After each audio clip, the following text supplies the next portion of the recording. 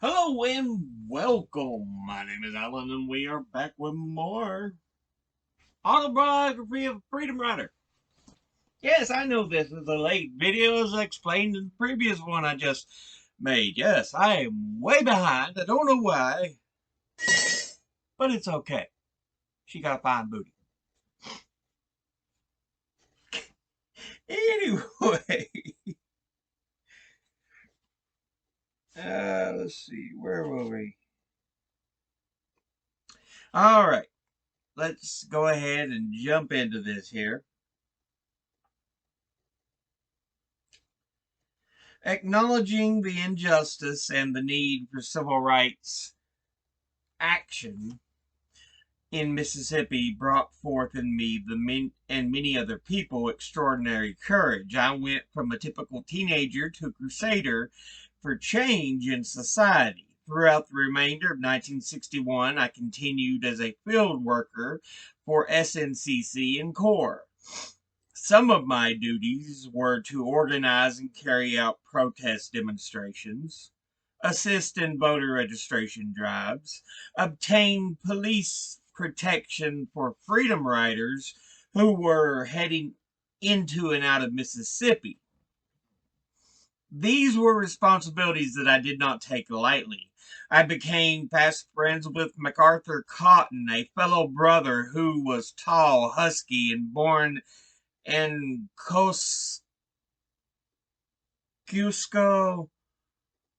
He had just come into Tougaloo as a freshman and straight away put himself in the freedom movement. I admired that. In late November of 1961, Corps and its supporters were still trying to resume the Freedom Riders from Jackson into New Orleans. The last leg of the trip required a stop in McComb, Mississippi. On November the 30th, MacArthur and I were asked by Thomas Gaither, field secretary for Corps, to travel to McComb to meet a group of 6 Freedom Riders who were scheduled to arrive there the following morning from Baton Rouge, Louisiana. The names of those 6 were Thomas Pete, Patricia Tate, Gene Thompson, Claude Reese, Lily Bradford, and George Raymond. George Raymond had been arrested on August the 13th, 1961 at the Trailways Terminal in Jackson. What happened next would outplay our worst fears. It illuminated the raw hate that we knew some of our fellow Mississippians had for black people. And we wondered if we would never be able to change how they felt or the way they had been taught to treat us. McComb was among several Mississippi cities that filed state injunctions instructing the Greyhound bus company to maintain segregation seats at its terminals. In McComb, however, Greyhound painted over the signs. Once that was done, the city of McComb erected new signs that read "White Waiting Room, Interstate Passengers." The U.S. Justice Department then filed an injunction against the city of McComb on November the 2nd, 1961, claiming that its enforcement of segregation could cause the Greyhound terminal to close and the company to lose employees. The signs eventually came down, but not for a couple of years. On Wednesday, November the 29th, 2 days before MacArthur and I met with an interracial group of freedom riders who were en route from Baton Rouge, 5 riders arrived in McComb from New Orleans. They were Alice Thompson, Dorothy Smith, George Raymond Jr., Thomas L. Valentine, and Jerome Smith. They were beaten by 4 white men at the Greyhound bus terminal. Of course, help from local law enforcement personnel was late arriving. The following day, the State Sovereignty Commission dispatched A.L. Hopkins to McComb to investigate the matter and to offer assistance to local police and city officials. Local authorities refused the state's assistance. McComb's police chief, George Guy, informed state investigator Hopkins that there were several FBI agents and representatives of the U.S. Justice Department in McComb, according to Sovereignty Commission files. Investigator Hopkins reported to his office that they were approximately 12 FBI agents and between 2 and 4 Justice Department representatives believed to be Assistant United States Attorneys General.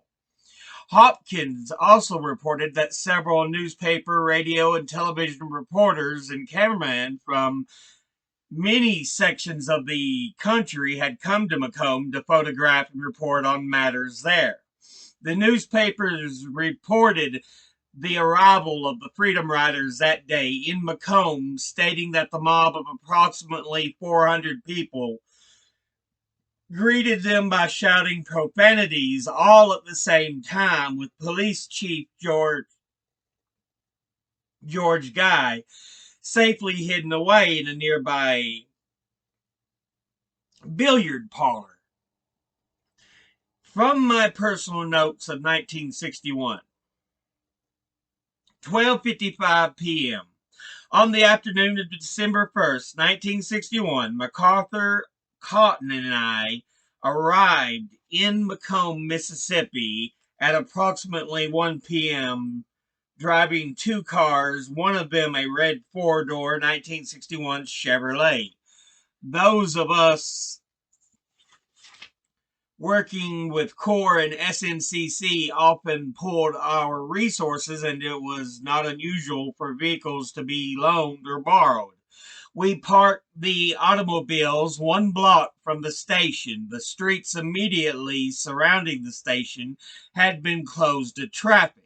We proceeded on foot toward the police station. I spoke with the assistant police chief, who informed me that we could not come and take their town and that I could not park there. He then asked me, "Do you want to drive this thing, boy, or do you want me to drive it?" I moved the car a half block from the terminal. Mac moved his car. After parking our cars farther back, we walked to a street corner where several police officers were standing. I spoke with the officers concerning how deserted the streets were. One officer remarked that the street was now closed. Again, we proceeded toward the police station. We were met on the street by Chief of Police George Guy. 1:15 p.m. I met with Police Chief George Guy, who asked what time the Freedom Riders would be leaving the terminal after they arrived. I told him that it would be about 15 minutes after arrival. I inquired as to his protection plans. He stated that he would escort us to the railroad tracks. I walked to the bus terminal for inspection. As I proceeded to the bus terminal, I recognized an FBI agent. I explained to him that I expected the arrival of about 6 Freedom Riders and was requesting his protection. I was informed by the agent that all he could do was record what happens. I requested that he keep his eyes open. I recognized the agent because I had seen him at other protest demonstrations. I could only see a few people in the bus terminal. MacArthur and I could not risk entering the white-only station at that time. The police would surely arrest us if we did so. The assistant police chief and I crossed paths again. He requested that when I respond to him, I do so in the words, "Yes, sir." I couldn't afford to get arrested at that point in time. other officers approached us. I was asked to produce my ID. I presented my selective service card and driver's ID to the heavy officers surrounding or standing next to me. I had forgotten that I had two selective service cards in my wallet. Lucky for me, I had taken out the old 1A card and got the new 1Y card and not the new 1Y card. I had informed the Selective Service Board that I would not be participating in the military service. I gave as a reason an old injury. Upon examination by the military doctor, I was reclassified as 1Y. The policeman recorded the information he wanted from the cards and returned them. He had misspelled my hometown. I was then told that I could not come back to this corner. The police volunteered to escort MacArthur Cotton and me to the railroad tracks. I informed the assistant chief that we are expecting the arrival of 6 Freedom Riders on the next bus and that we would appreciate any assistance he could provide. Specifically, we would like police protection when leaving the terminal. He did not reply.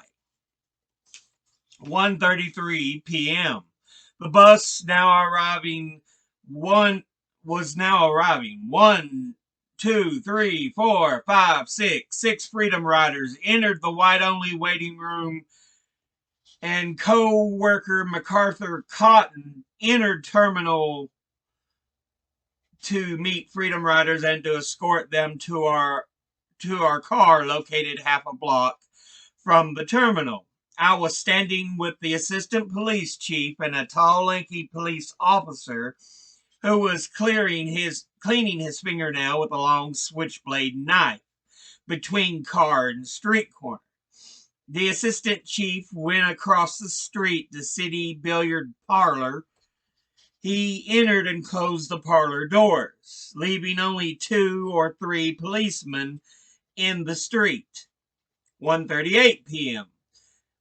Sensing trouble, I felt that I had to go and get the Freedom Riders and MacArthur Cotton out of the terminal. No one would ever know how they died in there, nor would the world know how I had died out there on the street. At this point, I didn't know that there were newsmen at the corner from the station. 1:40 p.m. After informing the Freedom Riders of the situation outside, we prepared to depart the waiting area. As we opened the door to exit the white-only waiting room, the door to the city billiard parlor opened and more than about 50 people exited. People began coming out of all the nearby buildings. One half of the city block was filled with people. They all rushed towards us with sticks, paper bags, field socks, and other items. They were shouting many curse words, along with unrepeatable words. They called us names like rabble-rousers, communist crackpots, agitators, and GD. That word, N-word. It appeared as if they were possessed with demons. I am now close my eyes and see demonic images spewing from their mouths. The usual mob rhetoric was directed toward the group. We were surrounded. There were plenty of cursing, name-calling, pushing, and shoving. MacArthur Cotton was struck on the knee by a segregationist with a sock filled with some unknown item. Even then, being battered, we managed to somehow make it to the 2 cars. A lot of news reporters were standing in front of Hollis's drive-in. Some were being attacked. MacArthur and I were dragging Freedom Riders who had been knocked down to the cars and shoving them inside. We managed to get in, start the cars, and begin moving. I knew that the police were there, but I didn't see any. I slowly drove through the riot, seeking a path to accelerate out of there. We made our way to a predetermined safe house in McComb that was owned by Mrs. Willie Mae Cotton, no relation to MacArthur Cotton. While there, we received death threats via telephone. Carloads of unknown people cruised by. We didn't feel safe there. In other words, we felt less safe there than in most places in Macomb. There were noises outside, sounds of objects hitting the house. What was that? A brick being thrown at the house? Windows were knocked out. Some of us slept under beds that night. As a last minute alarm, I placed a Coca-Cola bottle on top of the door handle, then obtained a dishpan from Miss Cotton and placed it on the floor under the doorknob. If anyone shook the door, threw a brick against the door, or turned the door handle, the bottle would fall on into the pan and awaken everyone. At one point, the next day, December the 2nd, 1961, MacArthur stated he thought we would never leave Macomb alive. One of the amazing things about that experience is that MacArthur and I had survived. We were both certain and expecting that we would not. The following year, the home of Miss Willie Mae Cotton was bombed. The next morning, Sunday, December the 3rd, friends of ours drove the Freedom Riders to Brookhaven, Mississippi, where they boarded the bus and traveled to Jackson. MacArthur and I visited the McComb Church and rallied the people to get out and vote and integrate all of the local facilities. After speaking at the church, MacArthur and I went to the train station attempting to catch a train out of Macomb, but the train operated on an odd schedule. We went back to the church. The word was that outside agitators were operating in Macomb. The police department and other concerned citizens were searching for us. Deep in our hearts, we just knew that we were near the end of our lives. We were in the stillness of the midnight. Would Jesus understand? At the beginning of Sunday night church service, one of our local acquaintances, knowing that we needed to leave town, told us that he could get an automobile. A few minutes later, he drove up in a car and motioned for us to get in. He drove us to the Brookhaven bus terminal. During the drive, he told us that he had hotwired the automobile of one of the church mothers who was attending church service.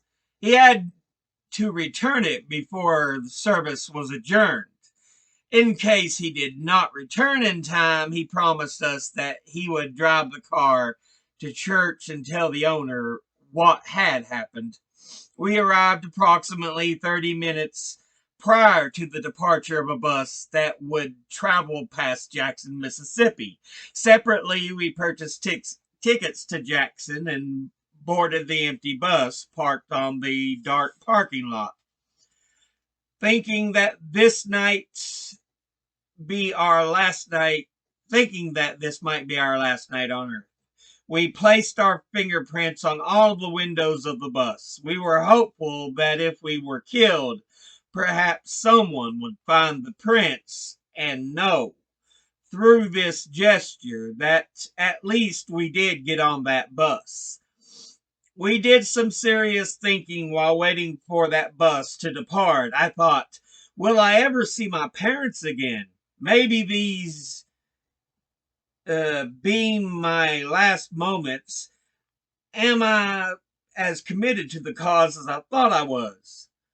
I was thinking about one of my mother's predictions. Your birth mother was a Christian, therefore nothing is going to happen to you.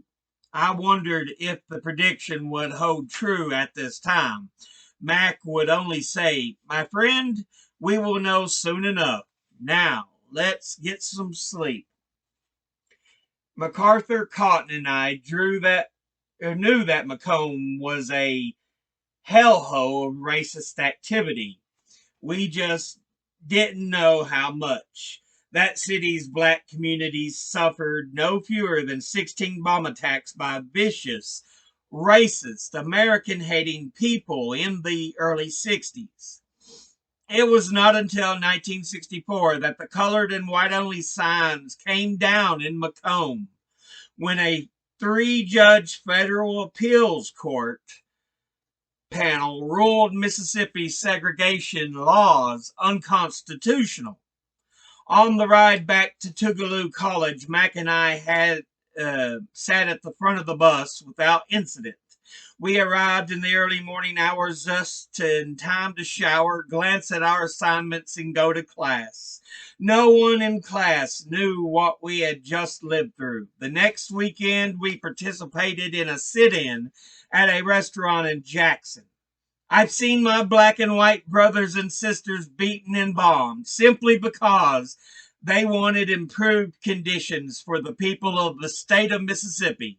I have walked through mobs of hate-spewing demagogues who were pushing, shoving, and hitting demonstrators.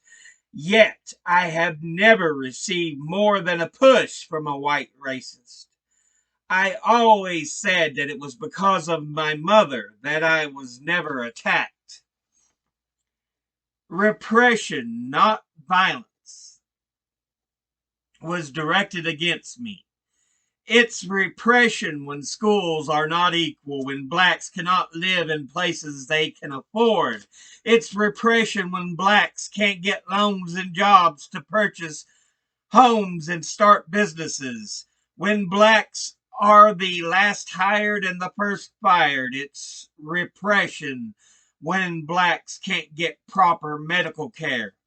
It's repression when black Americans are excluded from first class citizenship. But yeah, whew, that is a long episode, but that finishes chapter 6. And that leaves us this much left. We've read through this. So yeah.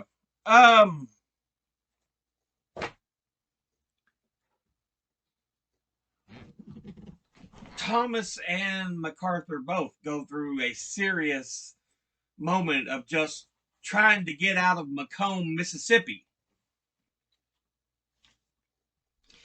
You've got to know that is frightening. Police officer goes into the parlor and you don't see him again for a little bit. And then here comes 50 people ready to just hurt you in any way they can.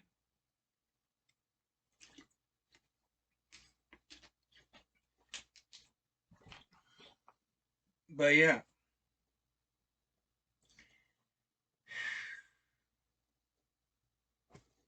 But he continued pushing on. Like he said, he attended a sit-in in the very next week. And that's what you got to do. You got to breathe, put what you just been through behind you, and push forward.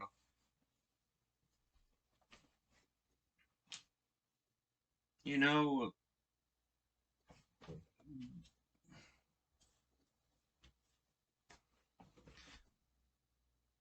I give a lot of kudos because what they did was intensely brave because they put their lives in danger.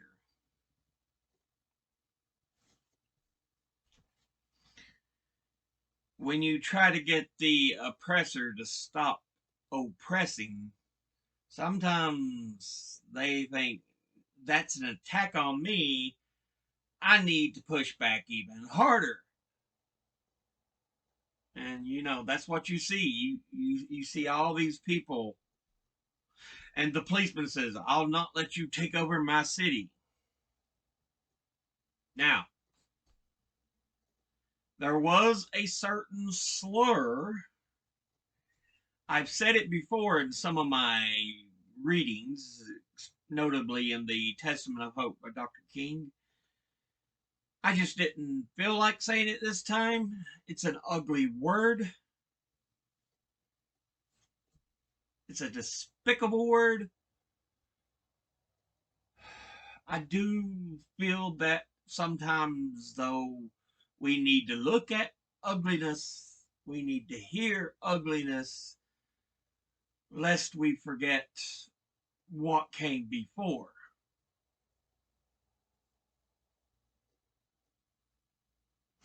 Because unfortunately, we know now that states like Texas and a number of others try to cut as much of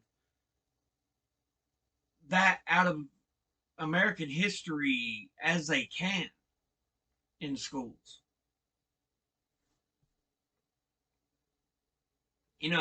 There's even a pushback now on just African American history, period. And I'm like, really? Really, guys? Have you learned nothing about history?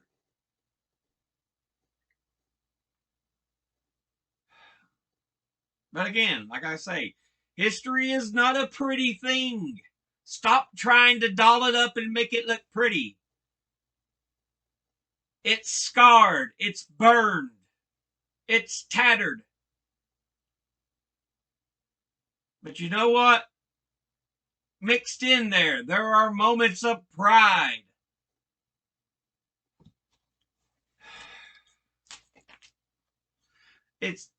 But you need to take an understanding that with that good, there is also a lot of ugliness.